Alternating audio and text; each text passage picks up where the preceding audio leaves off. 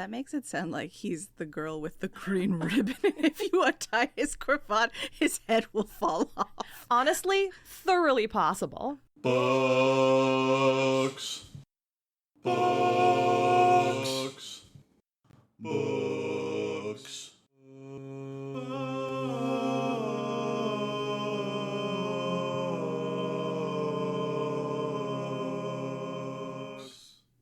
Hello, and welcome to Didn't Read It, the podcast that is desperately hoping to cause a scandal. I am your host, Grace Todd, writer, editor, book gremlin, and I am joined once again by resident Southern history expert / new topic expert, which we will elaborate on in just a minute, Maddie Wood. Hello. Hi, baby. Hi. How you doing? I'm so excited to be here for this day. I'm so excited to have you. This is like my little bread and butter. I'm gonna make a little bread and butter sandwich. A little jam sandwich. Yes. To eat like a little mouse. I'm gonna mouse it up over here. I'm gonna wallflower it up. Oh, a little hint. Would you like to introduce yourself? Sure. I am Maddie Wood. I am a lover of books, especially of the trashy romance variety. And you might remember me from the lovely William Faulkner podcast that we did together. Mules. All the mules. God, Graham and her mules. And I'm just excited to be here. I'm so glad to have you here. Yeah. Spoiler alert, there are no mules Well, then I will be going. in this book, but there is a lot of horse girl content. Oh, well, I'm horny for that. So we're upgrading Yeah. from mules to horses. Yeah. Yeah. Mommy needs that horse content. Something likes to ride. Something, yeah. Well, Maddie, what do you know about Georgette Heyer?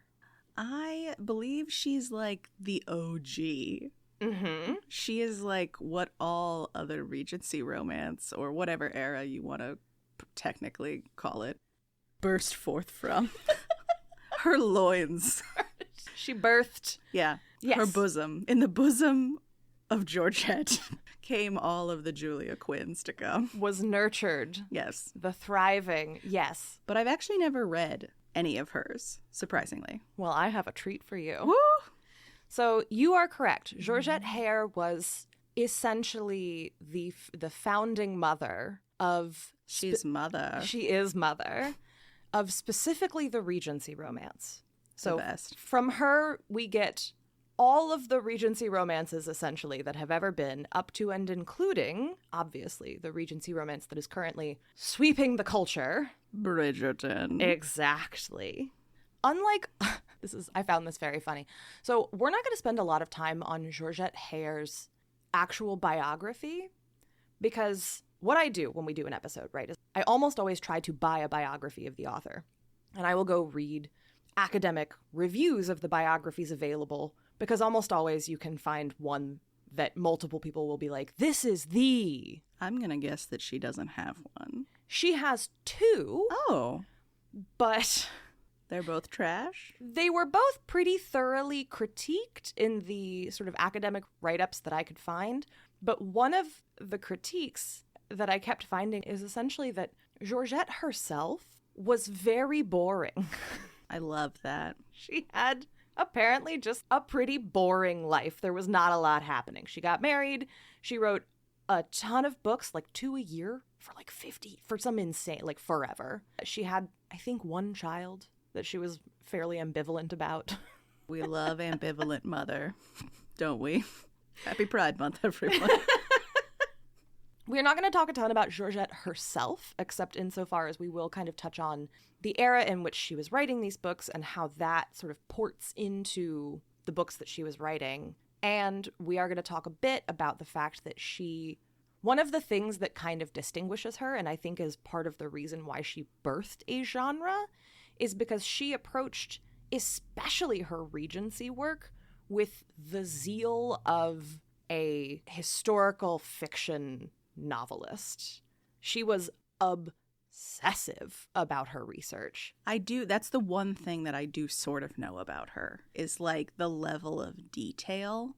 It's insane. Is sort of revered amongst other current day Regency is like, that's why she's the OG, because it's like every single tiny minute corseted detail. One of the reasons that she could like found a genre is because her books to an extent broke containment. They were not read quote unquote just as romances, which is not to knock romances, but the thing about genre fiction is you have genre fiction that can be very, very good. It can be, you know, even defining of that genre. But some people will only read genre fiction. Some people will never read genre fiction.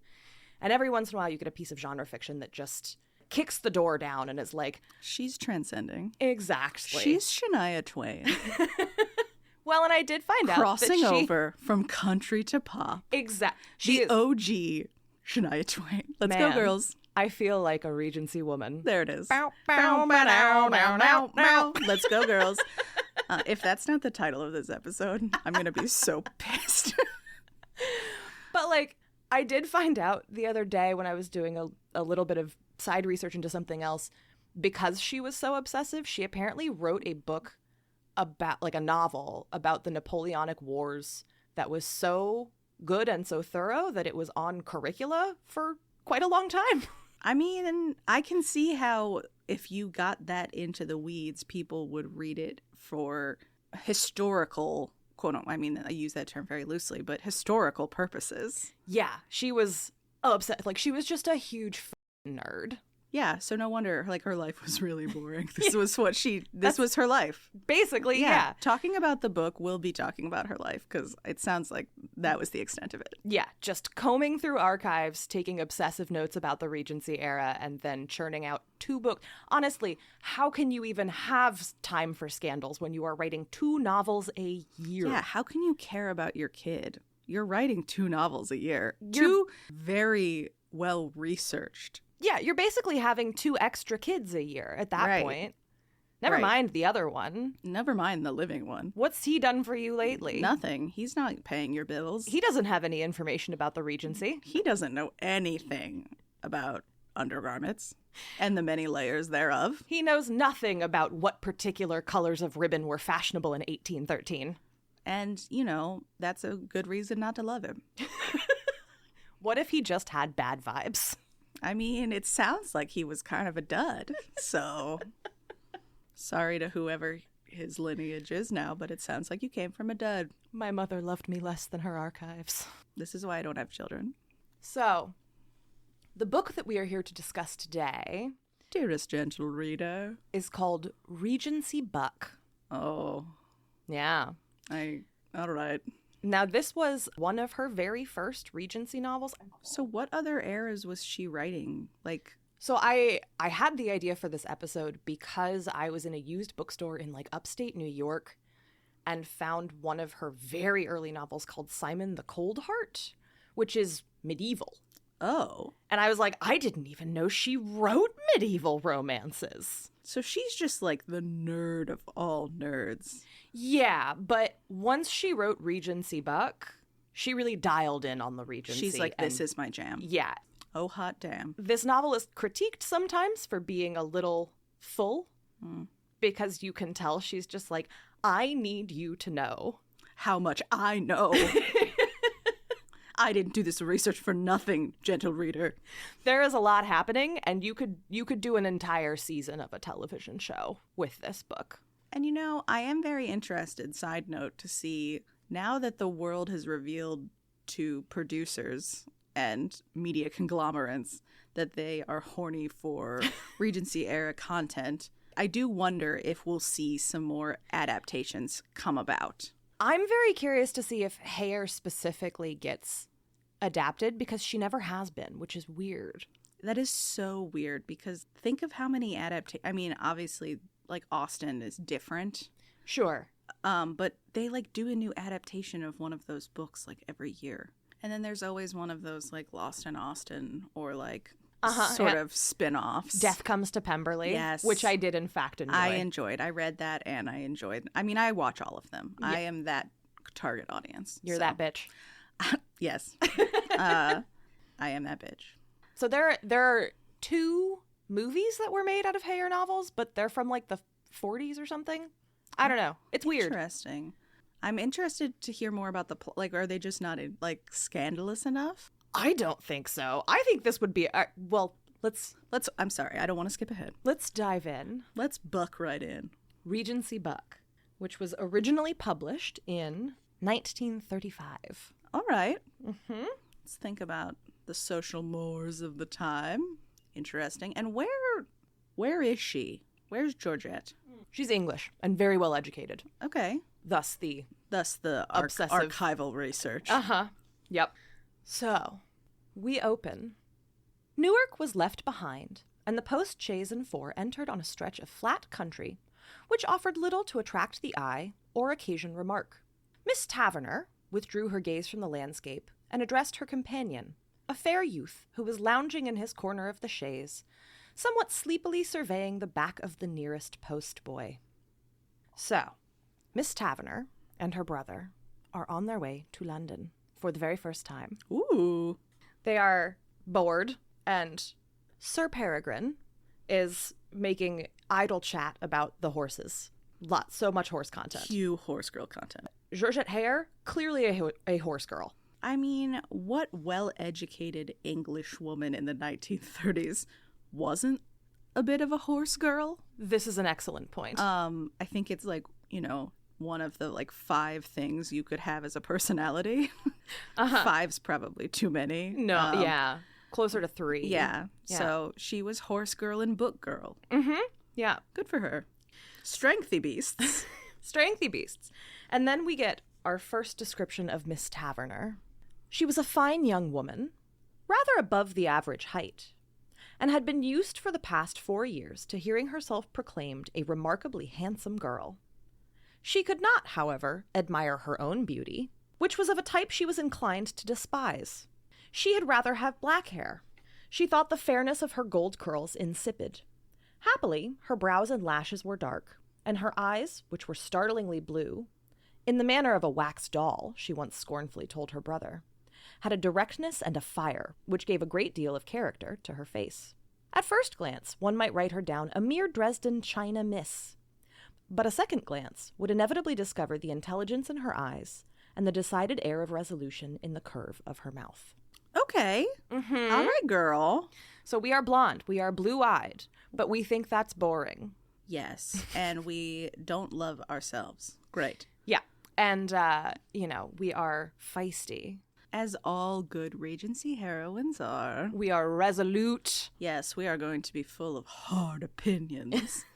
And it took some work, and I had to, flip through the book a bunch to figure it out, but we are 20. Oh. We are 20, and Peregrine is 19. All right, so we are young. And we are going to London from...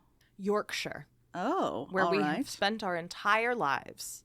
And we are going to London for the season?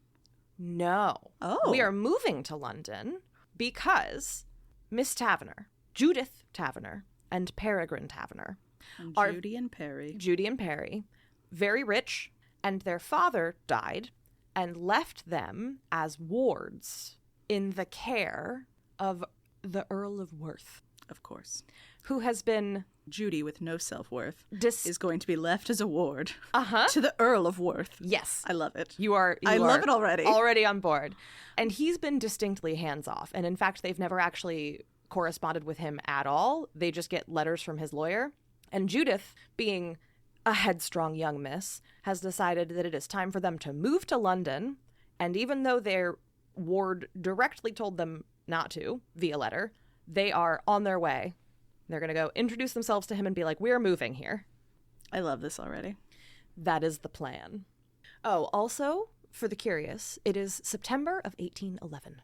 Bum, bum, bum, bum, bum, bum, bum. I don't know why I went Law and Order. It's because I can't make the mouth noises of the Vitamin String Quartet doing classical adaptations of current songs. That's true. So you're going to just get Law and Order, I guess. That's fine. So there's they're basically, they go back and forth for a while debating whether their ward is going to get mad at them. And I mean, this is kind of a risk. it is. They're flying a little close to the sun. And Peregrine says that he's waiting to see, quote, how she'll handle the old man. Oh, because of course we're assuming the Earl of Worth is an elderly gentleman. Why would you assume anything else, Maddie? I wouldn't. All earls are old and decrepit. None of them could be bucks. And Miss Taverner says, I could handle Papa, Perry, couldn't I? If only Lord Worth is not a subject to gout. I think that is the only time when Papa became quite unmanageable. And Peregrine just says, all old men have gout. Not wrong. All of them have a swollen big toe.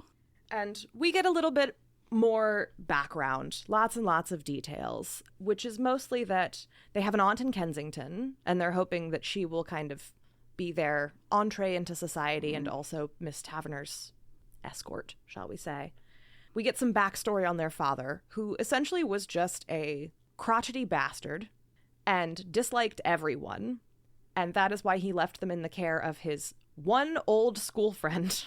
Do they have a title? Like, will Peregrine inherit a title, or are they just wealthy? Well, he's Sir John Taverner, so they're not... Okay, yes. They don't have an estate. Okay. Yeah, they're not titled gentry, but they're up there, and they're rich. And that's important. Quite the dowry on little Judith. On Miss Taverner. There's a very funny note that the reason he left them in the care of Lord Worth is because not only was he his oldest friend, but he hadn't seen him in like decades, and so they hadn't had the chance to piss each other off. I like crotchety dead dad. Crotchety dead dad's inserting some little fun into this. It's very funny. Like, I'm not going to be able to, there's no way I will be able to get every little, but like there's some cute little throwaway joke on every page. I'm already like, maybe I read this book. It's very engaging. All right. They get to Grantham, where they're staying over, because it takes a bajillion years to get to London. And you have to turn those horses over. Exactly. So they are staying the night in Grantham. And they show up, and Grantham is a madhouse. Judith has written ahead to book their rooms, and they get there, and the inn is overflowing. There's just dudes. Just dudes as far as the eye can see. Can I guess? Sure. A horse race. Close. Prize fight. It's one of the two. Uh-huh. And it really depends on the author which way they like to go, because this plot point, this is so funny. I have been reading Regency romances for probably, I don't know, since I was like 15, like 20 years at this point. I think I've read the majority of the category, the genre. And it's as the mother, it's like all of these are plot points that I'm like, I know this book. I've already read this book. We are going to tick like almost every Regency romance box. I should have made a bingo board. You should have. I should have made a Regency romance bingo board. Listeners at home, this is your invitation to pause the episode. Get a drink. Get a drink. Get a bingo board. Yes. And just work through this with us. All right, really quick. What would you put on your Regency romance bingo card? Prize fight or horse would have been on there. Prize fight, horse race. An overcrowded inn, someone who takes over the carriage or like is like a dastardly like the Earl actually being like hot. A younger and hotter person than they assume. Surprise hotness. Surprise hot. He's going to be super crotchety. That's a given. And then they're going to win each other over. Some kind of social kerfuffle of some kind. Let's see. More will come to me. Okay. So there you go. Listeners, you can make your bingo card. Yes. With at least those things. Someone caught inappropriately in a garden at a ball, unchaperoned. That's going to maybe be, that almost always comes up. You said it wrong. You have to say it unchaperoned. There. Perfect. Well done. So, there is a prize fight happening. And what's more, because this is Georgette Heyer, this is a real prize fight, a very famous one, between Tom Cribb and...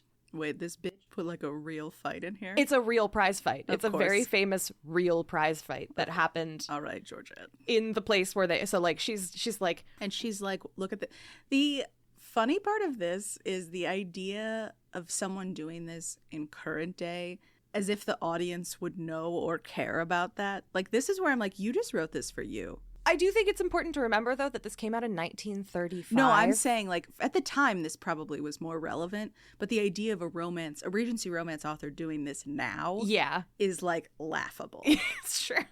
Because you're like, you're just amusing yourself. Right. This is for you. And that's fine.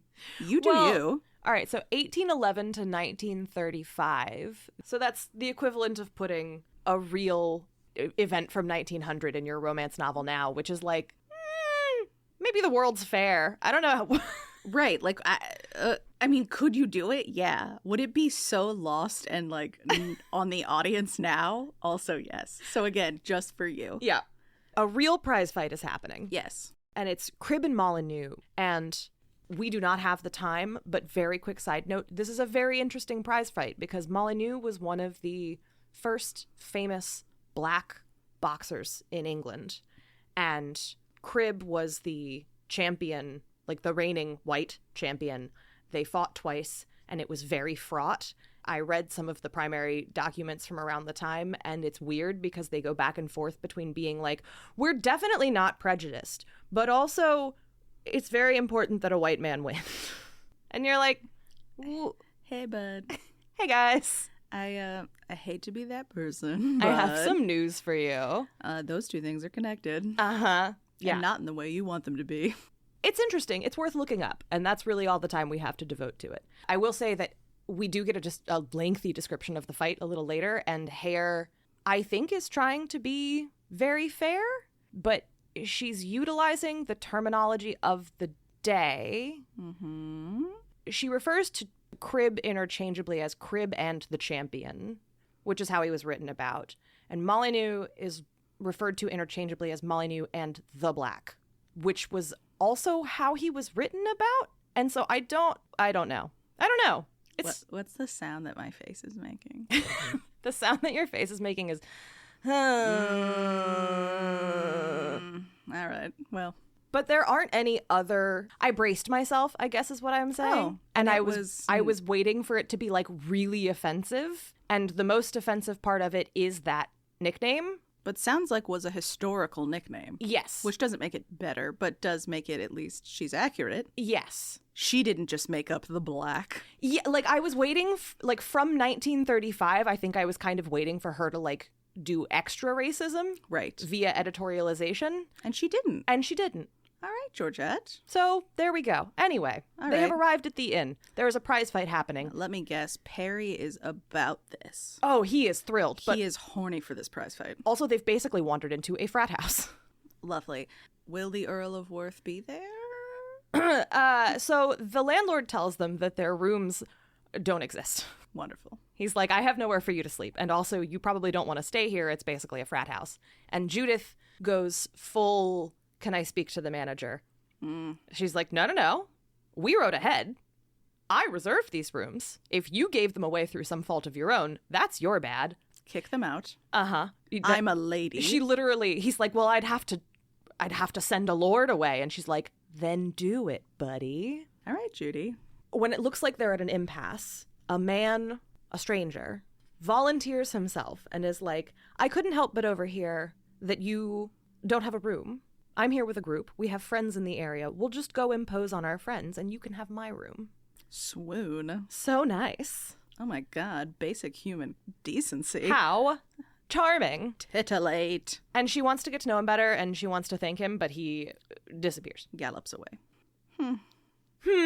I wonder who he was. Who knows? Who's to know? So they are in this town. Perry, as you correctly predicted, is like, hell yeah, I am going to the prize fight. And the first thing he needs to do is get a carriage. Okay. He needs to borrow one. Specifically, okay, there is so much carriage nuance in this book that I am not equipped for and did not have the time to research. There are very fair. There are curricles. Yes. There are phaetons. Yes. Is it phaeton? Phaeton. Or fate. I don't know. I don't know either. These are all words I've only ever read. I will not be saying that word again during this episode. That's very fair. One of them doesn't have a top, right? I think that's a curricle. I think the phaeton also is like a 2-seater maybe versus a slightly bigger version. Yeah, but I think that they don't have tops. the Phaeton is open. Yes. She drives one herself later. Scandal. We'll find out. But What a headstrong miss. But what Perry specifically needs is a gig. I think that's like the most basic of basics. Yeah, so he can't. They have a traveling carriage. No, but he can't take that. Which is the curricle. Yes. And he's like, I can't take the curricle to the prize fight. I need a gig. In my mind, a gig is basically just like a little platform you stand on with wheels. Well, it must be a little bigger than that because the two of them are... So he goes and the only one left, apparently, in the entire county. Of course. He rents from a farmer. There we go. Oh, a gig has 1 horse. Oh. A curricle has 4 horses. And I think maybe a Phaeton has 2. I think that is part of it. She would know. Yeah, I think it's 1 horse. Georgette would know. 1 horse, 2 horse, 4 horses. That's how it goes. 40 mules. It's your horsepower. 60 mules. A gig is 1 horsepower. 100 mules. Okay. So they've rented this terrible, ugly farmer gig from a farmer with a stubborn, angry horse. And because the prize fight isn't until the next day, Perry's like, let's go for a drive. And the thing that we immediately learn is that Perry does not know how to drive. They are going to end up overturned and need a gentleman's help. So this is where it becomes increasingly clear that Perry is a himbo of the highest order. I love that. Perry is so dumb. He's a Bingley. He's sweet. He's a Bingley. He's got big Bingley energy. He's a dummy. He's just like a dumb, sweet dummy. He's also bad at everything, maybe? Cool. But he's rich, so it doesn't matter. They go out riding. They go out driving. And Perry's doing a terrible job. And Judith is finally like, you need to let me take control of this situation. But just at that moment, he tries to turn around at like an awkward point in the road. She heard the sound of horses traveling fast and made a snatch at the reins. Round the corner swept a curricle and 4 at breakneck speed. It was upon them. It must crash into them. There could be no stopping it. Peregrine tried to wrench the horse around, cursing under his breath. Judith felt herself powerless to move. She had a nightmarish vision of 4 magnificent chestnuts thundering down on her, and of a straight figure in a caped overcoat driving them. It was over in a flash. The chestnuts were swung miraculously to the off. The curricle's mudguard caught only the wheels of the gig, and the chestnuts came to a plunging standstill. I like that even when these horses are about to kill her, she still is like, they're beautiful chestnuts. That's going to be a recurring theme, yes. Delightful. And then their horse tries to bolt, and she's like almost thrown out of the gig. It's got like 1 wheel in a ditch, and she's suddenly like, oh, I look crazy right Askance. now. Yeah. Her hair is everywhere. Her bonnet's coming off, and she is pissed. The man who almost ran into them, keeping in mind it was their fault. Correct. But the man who almost ran into them looks down and then looks over his shoulder to, so I guess he's going to come up a lot. A tiger?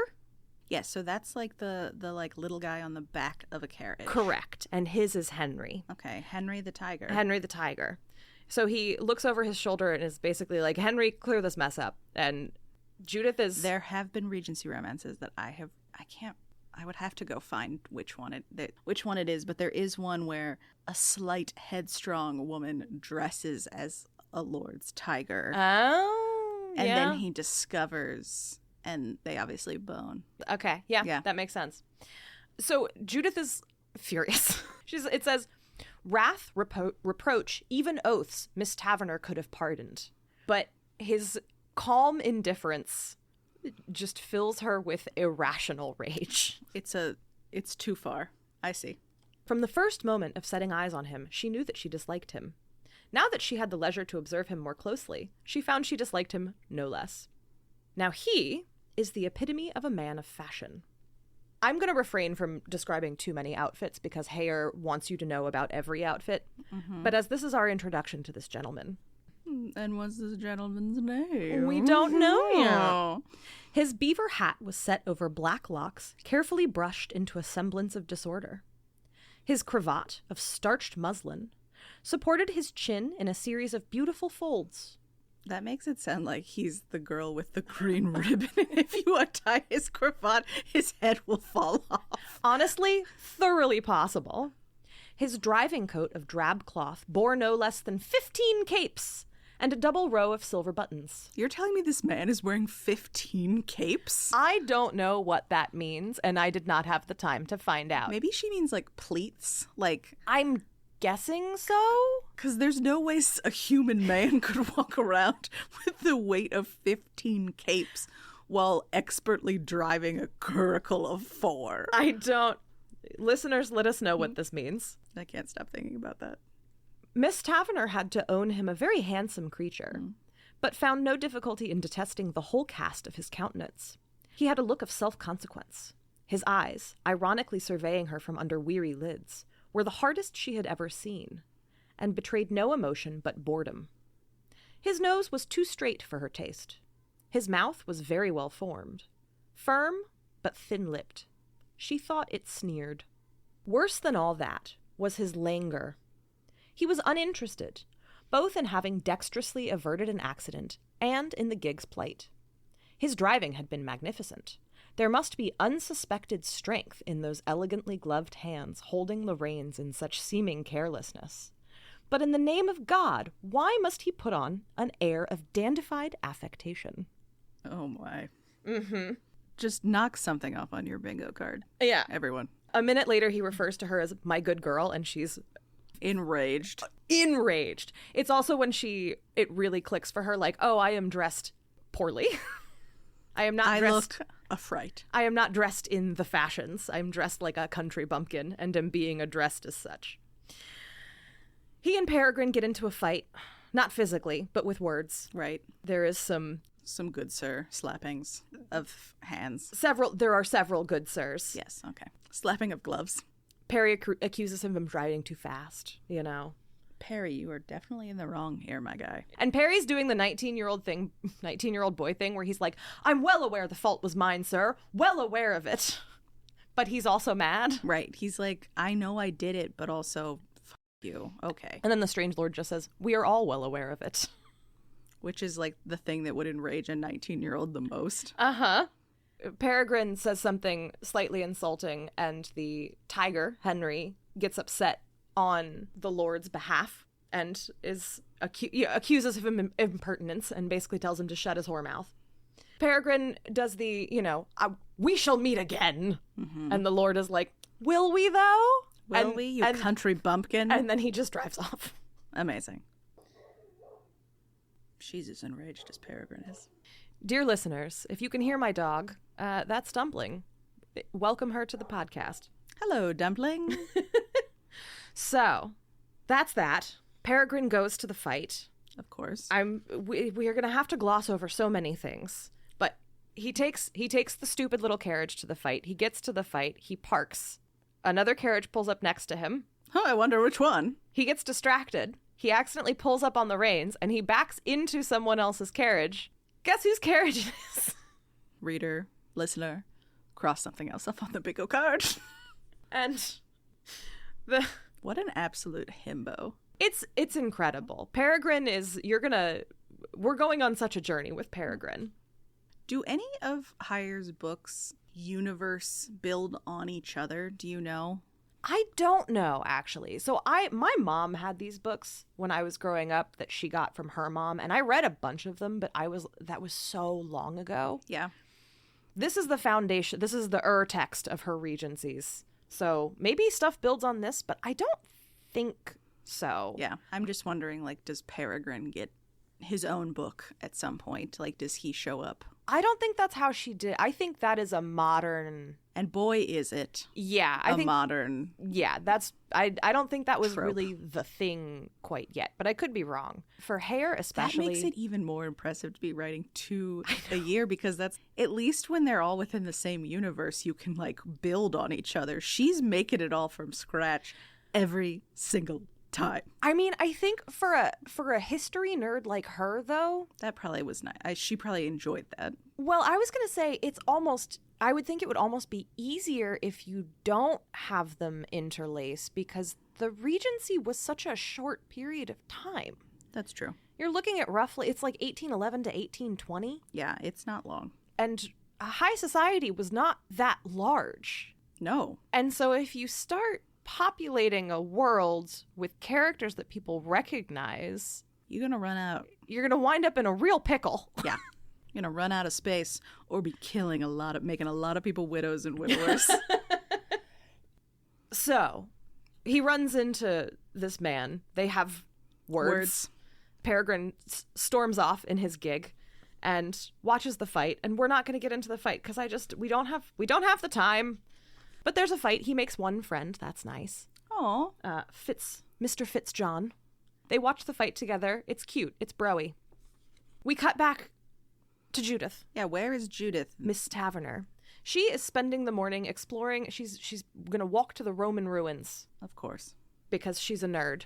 And the Great Ponton Church. And she takes herself out on a walk, and she leaves her maid. And this was foreshadowed ever so slightly in that the night before, Perry's like, literally everyone who is here is going to be at the fight, so you can take a walk tomorrow, and you won't even need your maid. It won't be improprietous. There's nobody around. She's on a walk by herself. Come on, Perry. And she gets a stone in her shoe. Of course. In her slipper. In her sandal. And she realizes that she can't walk anymore without taking the stone out. So she sits down on the side of the road, and she has to take her shoe off to get the rock out. But the laces of her sandal are all tangled together, and there's a knot. And by the time she picks the knot apart, my God, there's a carriage coming, and she's got one shoe off. Scandal. So she hides her foot under her skirt and hides the sandal. It just sits on the side of the road. And just sits on the side of the road and tries to look interested in the scenery. When a curricle and 4 with 4 magnificent chestnuts. Oh, those chestnuts. Appears. Why isn't he at the fight? I think the fight over. Maybe he left the fight early. I don't know. Maybe he's on. Who knows? After her himbo of a brother crashed into his curricle. And he opens by saying, "You dumbass." Beauty in distress again. Oh God. Uh-huh. And she's irate. She's like, maybe if I just don't speak to him, he'll go away. I mean, I've definitely tried that tactic. So. And they have a whole back and forth, right? He says, tell me, are you prettier when you smile? Wow. And she's furious. And then he says, magnificent. Of course, blondes are not precisely the fashion, but you are something quite out of the way, you know. Oh. She calls him insolent. Of course. And says that if her brother was there, he would not be accosting her in this fashion. And he just says, certainly not, he agreed, quite imperturbably. He would have been very much in the way. All right. And he asks for her name, and she refuses Sass. to give it. Yes, so much sass. He refuses to tell her his name, or she refuses to tell him her name. And so he says he's going to call her Clorinda. Why? I have some theories about that, but we might have to get into that later. Okay. Suffice it to say, he starts calling her Clorinda. And then he asks if he can put her shoe on for her. And she's like, gasp, you've realized I'm not wearing a shoe. I've been found out. And she refuses his assistance. And so he picks her up and puts her in his carriage. Of course. It says, Miss Taverner ought to have screamed or fainted, but she was too much surprised to do either. However, as soon as she had recovered from her astonishment at being picked up in that easy way, she dealt her captor one resounding slap with the full force of her arm behind it. He winces a little, but he doesn't do anything, and he says, never hit with an open palm, Clorinda. I'll show you how in a minute. You country bumpkin, you don't know how to slap. You should be punching people. Punch me in the face if you're really going to do it. Well, so that's basically, so he gets her up in the carriage. He insists on putting her shoe on. She's just, the whole time, she's just like, I'm so mortified. And then he tries to give her a punching lesson. He shows her how to make a fist. Close your fist. And he's like, now hit me. And she's like, I'm not going to hit you. She's trying to dissociate. She just doesn't say anything. She just please do not perceive me, please. And he finally says, I see I shall have to offer you provocation. And then he kisses her. My God. This early in the book? What a rake. This is Miss Taverner's hands clenched into 2 admirable fists. But she controlled an unladylike impulse and kept them in her lap. She is shaken. She is enraged. She says that at a guess she supposed the gentleman to have written her down as some country tradesman's daughter from a Queen's Square boarding school. Her old-fashioned dress was to blame, and no doubt that abominable gig. If only they hadn't borrowed that farmer's gig. That stupid farmer's gig. So he insists on driving her back to the George. She's like, let me out of the carriage. And he's like, no. I'm a man. And they get back to the George, and Peregrine comes running out and is like, what happened? Stupid himbo. She's this gentleman constrained me to ride in his carriage. That is all. And Peregrine loses it, especially once he realizes who it is.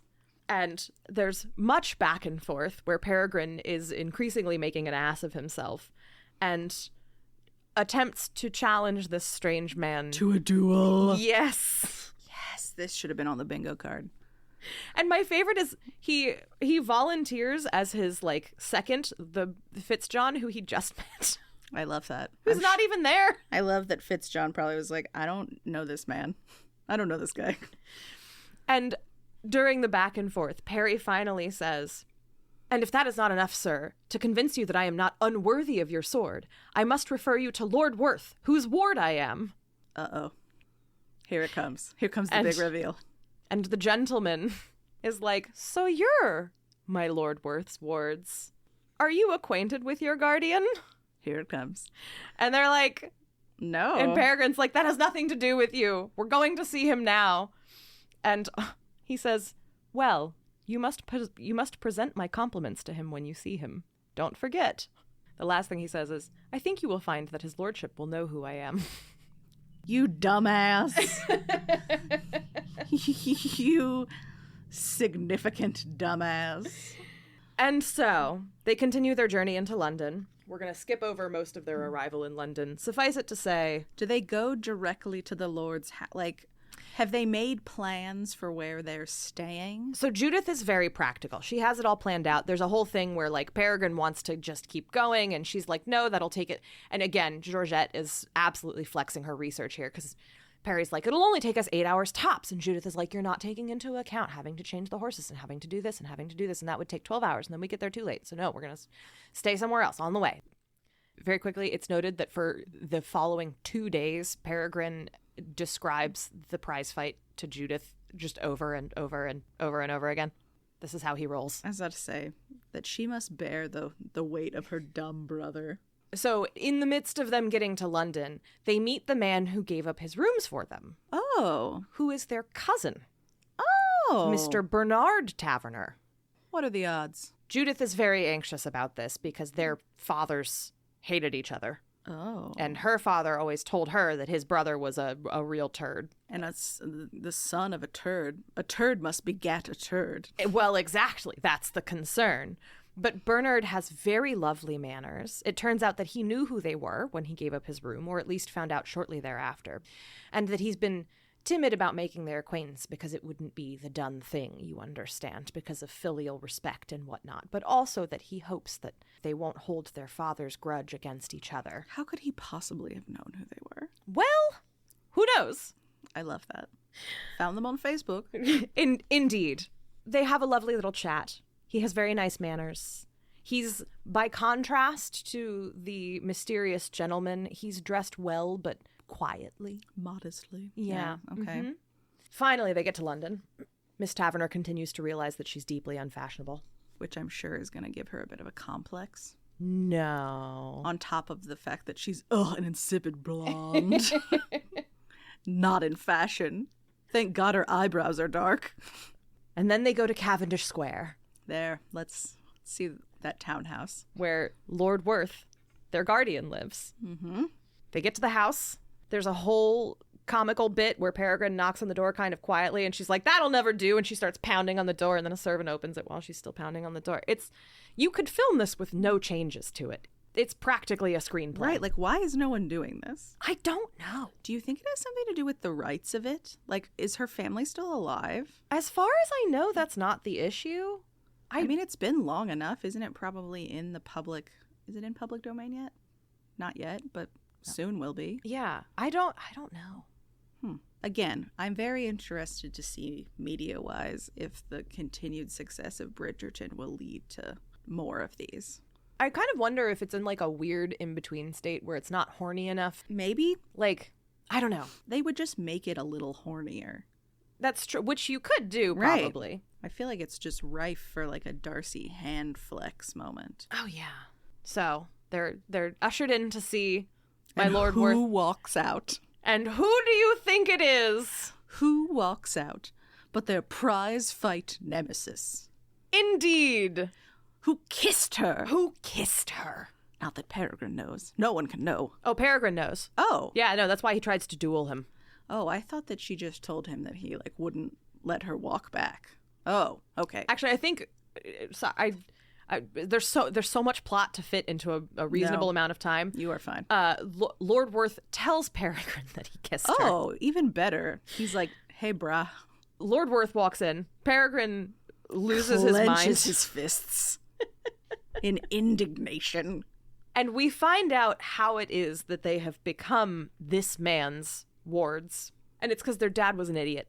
Well, he gave birth to Peregrine, who also is an idiot. So we find out that their father's will was drawn up 9 months after his father died, making him the Earl of Worth. And also, their father miscounted. Great. He left them in the sole guardianship of Julian St. John Audley, 5th Earl of Worth. His father was the 4th Earl. He is the 5th Earl. Oh.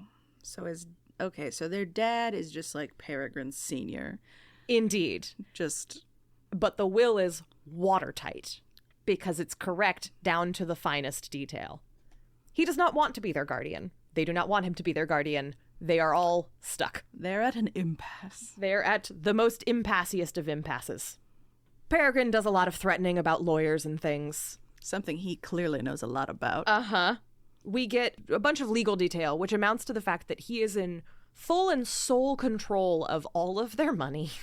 And I assume he also has an estate of his own. He does, yes. Okay. So he is entirely control of both of their fortunes. He's their father now. He's their daddy. Daddy Worth. He is the one who has to give them permission to marry, for example. He legally... He's Daddy Warbucks. He's Daddy Worth. And he's... not happy about it. He's not thrilled, but he's also very practical. And so he moves pretty quickly to like, okay. He says he has a house ready for them to lease in Brook Street that they can move into whenever they want. And Judith is like, maybe I don't want your stupid house. I love it. And he's like, I'm sorry, do you know anything about London? Where would you like to live? I love the sass level on both sides. Yeah, this is gonna just continue forever. Great. So she's like, well, I want to pick my own house. And he's like, well, while you pick a house, why don't you stay in this one? You insolent child. And he's like, my head servant is going to find servants for you. And she's like, I want to pick my own servants. And he's like, okay, do you want me to send them all to interview with you at your hotel? At which point she realizes that she couldn't possibly have a stream of servants, potential staff coming in to be interviewed in a hotel. And correct. He's like, do you want my help or not? Basically. You insolent child. He begins to sort of offer them all of the things he can do for them. And he finally, after they have a back and forth, and she's like, oh, I'm going to have my cousin who lives in Kensington come live with us. He says, will you tell me, Miss Taverner, what precisely is your object in having come to London? What is that to the point, sir? When you are better acquainted with me, said the Earl, you will know that I never ask pointless questions. Is it your intention to live upon the fringe of society? Or do you mean to take your place in the world of fashion? Will the Pantheon do for you, or must it be Almack's? She replied instantly, it must be the best, sir. Then we need not consider the cousin living in Kensington. So he tells her that he has some sort of distant cousin whose name is Scattergood. Mrs. Scattergood? Uh-huh. She knows everyone. Of course. He says, I fear you may find her in some ways extremely foolish, but she is not only willing to undertake the task of chaperoning you, but has the undoubted entree to the world you wish to figure in. So she wants to have a season. She is preparing. And then Miss Taverner overplays her hand because she's furious and she says, I had rather anyone than a cousin of yours, Lord Worth, which is unpardonably rude. Very rude. And he takes a pinch of snuff. Of course. Looks her in the eyes, says, shall we agree, Miss Taverner, to consider that remark unsaid. Ooh. Yeah. I might really like Lord Worth, unfortunately. It's... You'll see how things go. She says, I beg your pardon. And then he just turns away from her and goes over to Perry and starts talking about all of the different clubs that he can get Perry into. Whites. That's the first one, yes. Yes. Perry wants to be made a member of Whites, and the Earl says yes. And then he asks if he can be a member of Wattiers. And that's for Mr. Brummel to decide. Oh. The Earl's good friend, Mr. Brummel. Beau Brummel. The Beau Brummel. Beau Brummel? Yes. He's a real historical figure. Oh, delightful. We'll get to him. He figures heavily in this narrative. And we conclude with the Earl. I forgot that he critiques. So he critiques her outfits a little. We love some negging. Yeah. So here comes some negging. The Earl gives Perry a bunch of very important tailoring advice. And Judith says, pray, sir, have you no advice to offer me in the manner of my dress? Uh-oh. Judith walked right into this one. You're not going to like this. My advice to you, Miss Taverner, is to put yourself unreservedly in the hands of Mrs. Scattergood. There is one other matter. While you are under my guardianship, you will, if you please, refrain from being present in towns where a prize fight is being held. Oh. Take you to task, Judith. She caught her breath. Yes, my lord? You think perhaps that my being in such towns may lay me open to some insult? Oh. On the contrary, replied the Earl, I think it might lay you open to an excess of civility. Burn. Oh. I gotta give it to you. This is my brand of male lead. Yeah. Unfortunately. He's such a bitch. Yeah. It's great. I love a bitch. In this context, I'm very about him. And he would make like a very good on-screen character.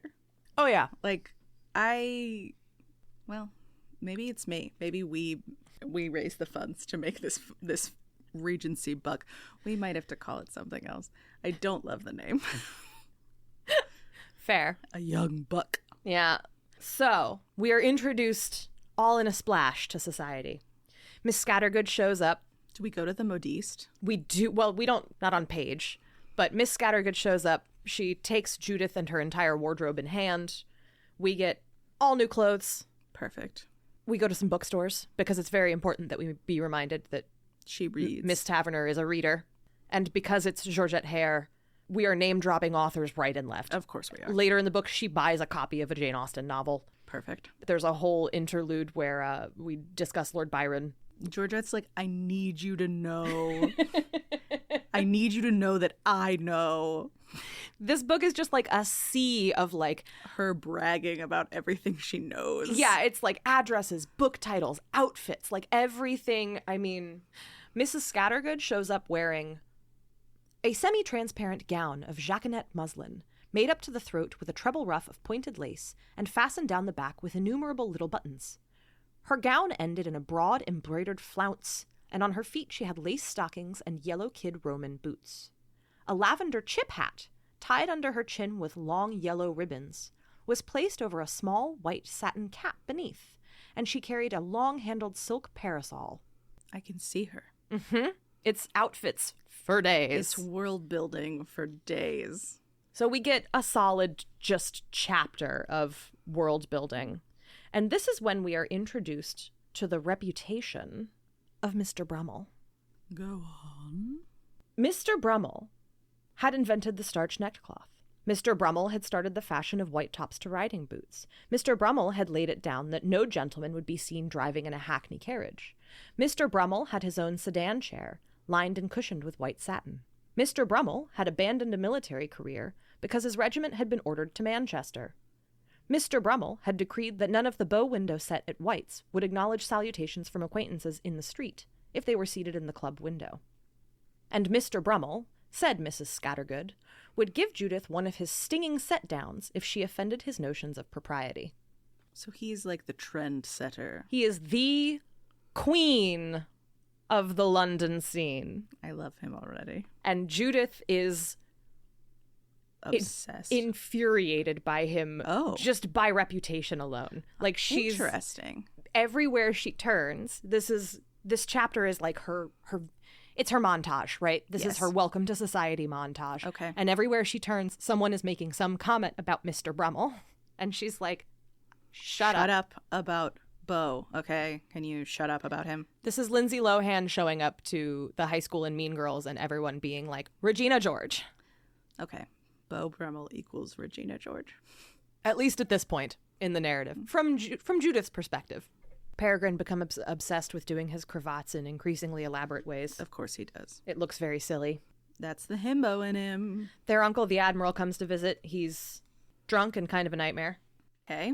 Seems like they had a lot of other family that they could have been left into the ward of. Well, it's just the one. It's the uncle and then the cousin. Okay, but still, that's 2 other people. That's true. And instead...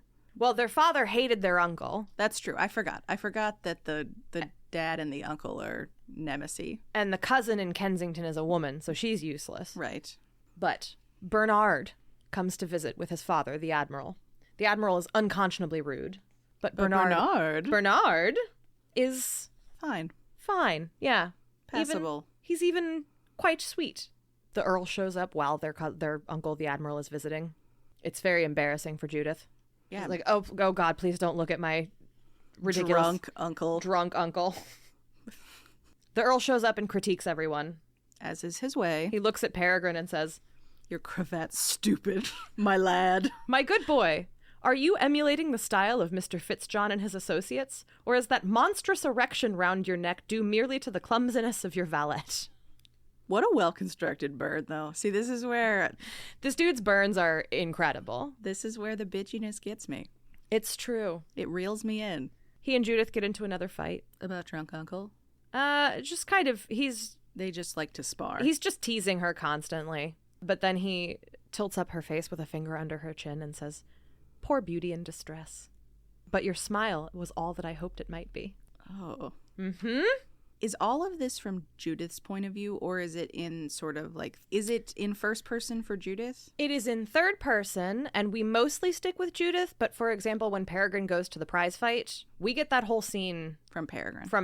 Close third. It's basically rotating close third. Okay.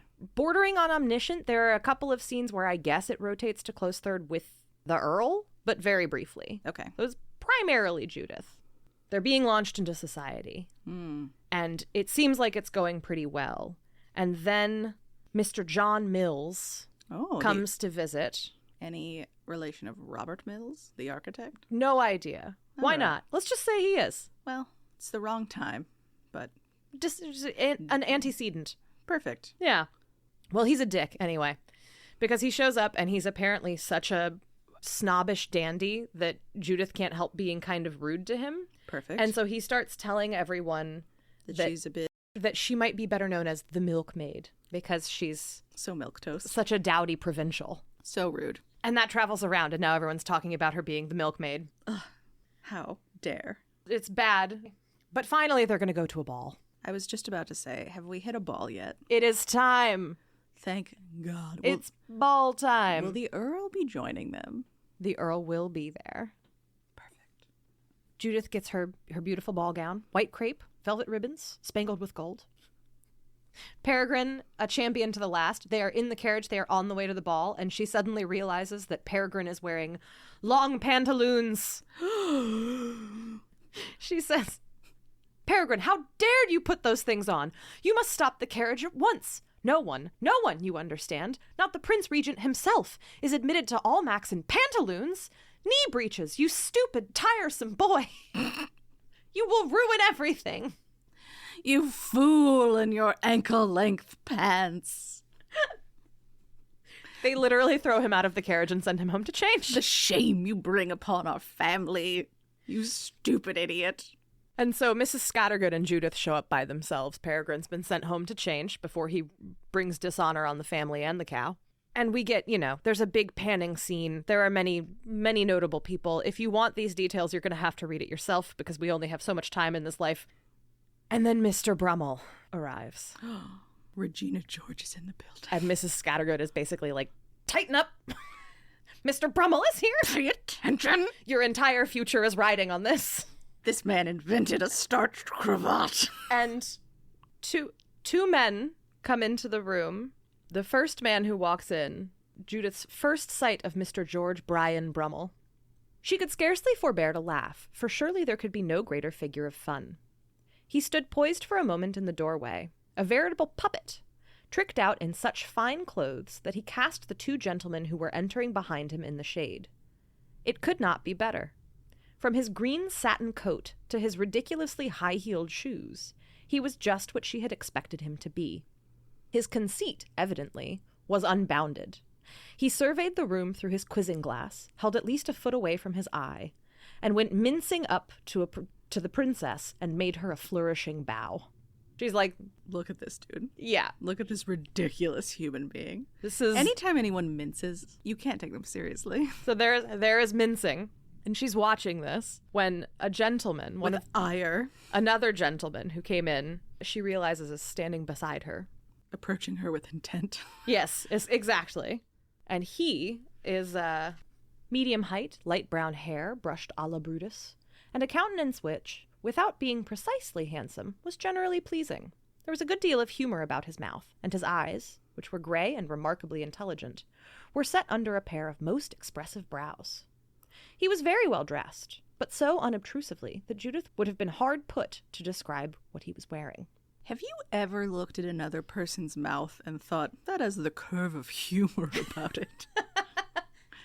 I guess, like, is he just smiling? Are you just saying he's smiling? I feel like some people look jovial. Yeah. I think it's just such a trope that's used in this era of Regency romance. It's always something about the mouth. And I'm just like, when have I ever looked at someone and been like, something about the mouth? I don't know, man. But like, you know how you see people who just look like they frown all the time? I mean, yes. I guess it's just the way it's written that is not how my brain would ever choose to think about it, but it always sounds so silly when it's written out like that. Yeah. So this man has approached her. Mm-hmm. He says, I'm approaching you with romantic intent. Asks her name. He says, you're Miss Taverner. And she's like, how did you know? And he's like, you've been described to me as a milkmaid. And she says, by Mr. Mills, perhaps? And he's like, no. Why? Never mind. And she lets on that Mr. Mills has been gossiping somewhat nastily about her. And she warns him, that she's basically like, it's not very fashionable to be seen with me. You might want to move on. Scurry off. He essentially says that he's not too worried about it. He says, do you know, Miss Taverner, you make me feel that I have been out of town longer than I realized. When I left London for Shively, Mr. Mills was not leading society, I can assure you. And she responds, you must not think I don't know who does that. I have had the name of Beau Brummel dinned into my ears until I am heartily sick of it. I am told that I must at all costs win his approval if I am to succeed. And I tell you frankly, sir, I have not the least notion of trying to do it. Hell yeah. I love her hatred of Regina George. And they go back and forth, and he's like, what has Beau Brummel done to bother you? Existing. Well, sir, you have only to look at him. A spangled coat. For shame. And he says, I am in agreement with you, Miss Taverner, though I should not myself call that thing a coat. And she says, that is not all. I am forever hearing of his affectations and impertinences. I am all out of patience with him. Please say that this man is like his brother or... And he says, ah, ma'am, but it's Mr. Brummel's folly which is the making of him. If he did not stare duchesses out of countenance and nod over his shoulder to princes, he would be forgotten in a week. And if the world is so silly as to admire his absurdities, you and I may know better. But what does that signify? And she says, nothing, I suppose. But if I cannot succeed without being obliged to court his approval, I would rather fail. And he says, Miss Taverner, I prophesy that you will become the rage. She says, how can you think it? And he says, I don't think it, ma'am. I'm sure of it. Every eye is now upon you. You have held me in conversation for close on half an hour. And then he asks if he may do the honor of calling on her, and he walks away. And Mrs. Scattergood comes rocketing out of the background grab her by the shoulders and be like, how the hell did you get Beau Brummel to talk to you for 30 minutes? I love it. I love it so much. Who is this other dandy? Do we even know? Just some fucking dude. Oh, yeah. I love that. She just assumed that it was Beau Brummel because he was all flashy, but no, Beau Brummel is the queen of the understated but beautifully cut clothing. And a humorous turn to his mouth. Mm-hmm. So she has won the approval of Beau Brummel. This is good news. Huzzah! Huzzah! She's won his approval by talking shit about him to his face. What more can you... I mean, honestly. Truly, it's negging at its best. Hello, everyone. We had so much fun digging into Georgette Heyer, and honestly, I forgot just how dense these novels can be, that this wound up being a much longer recording session than we expected. So we have broken it into 2 episodes, and we will be back with more next week.